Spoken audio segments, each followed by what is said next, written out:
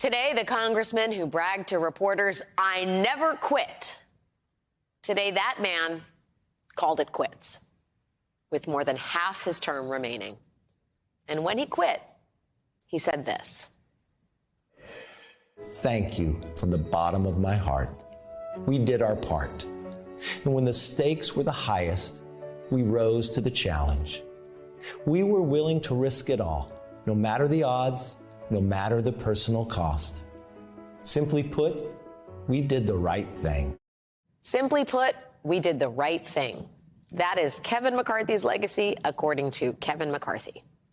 Kevin McCarthy's legacy, according to the facts, involves normalizing an attempted coup and bargaining away the dignity of the speakership. Perhaps the most consequential thing he did was not even as speaker. A few weeks after the insurrection on the Capitol, McCarthy traveled down to Mar-a-Lago to have dinner with Donald Trump. In so doing, McCarthy effectively brought Trump back into the good graces of the party and set the stage for his political comeback. In her new book, Liz Cheney explains why McCarthy made that fateful trip. The truth was pretty simple.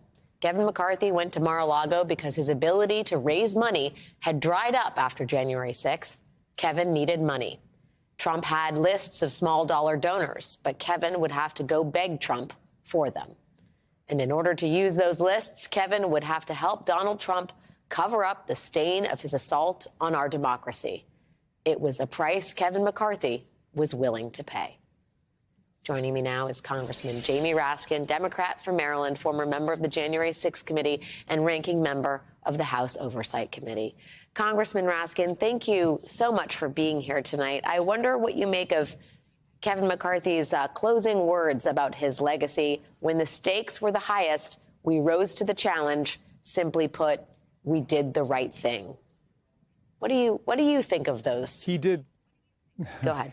He clearly did the wrong thing, and when the stakes were highest, he completely fell apart. And the only part I agree with is when he says he risked it all, which is true if all means our democracy, our Constitution, and the American Republic. I mean, this is a guy who called Donald Trump from his office on January 6th, which was besieged by insurrectionists, and begged Trump to call off the dogs he had unleashed on them.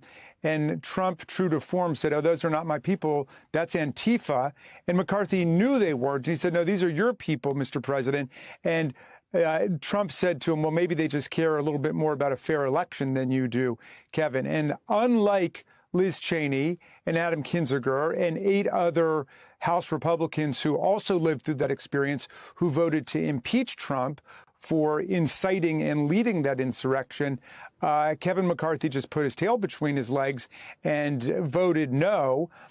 He did briefly blame it on Trump, saying that Trump had to take responsibility for it. But within days, as Liz says in her book, was like a puppy dog clamoring for more money down in Mar-a-Lago. He showed no backbone. He showed no courage. And he said, well, rather than impeach and support the trial of Donald Trump, he would support an independent, outside 9/11 style commission made up of 5 Republicans, 5 Democrats with equal subpoena power on both sides. And our negotiator, Benny Thompson, agreed to that. Even though we were a majority in the House, he said, fine, we'll do it 50-50, 5 Republicans, 5 Democrats. And then when Trump told McCarthy, no, there will be no investigation of January 6th, McCarthy withdrew his own proposal and opposed his own proposal and then tried to sabotage the House Select Committee, which Nancy Pelosi set up in the absence of a bipartisan, independent, outside investigation. And then later, after Biden was elected, although he couldn't bring himself to support the impeachment of Donald Trump for inciting a violent insurrection, which almost got even Kevin McCarthy killed, he decided to support an impeachment investigation against Joe Biden for nothing, without even identifying a potential crime. So I say a good riddance to him.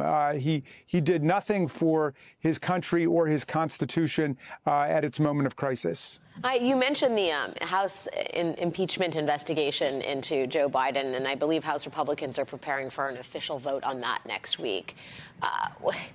Do you have an expectation as to what is going to come of that? And Is there anything Democrats should prepare to do in advance of it? Well, remember that all the Republicans do now is fratricidal internecine warfare and expulsions and impeachments and resignations and censure motions. And that's what it's come to. I mean, it's an utterly cannibalistic group of people there.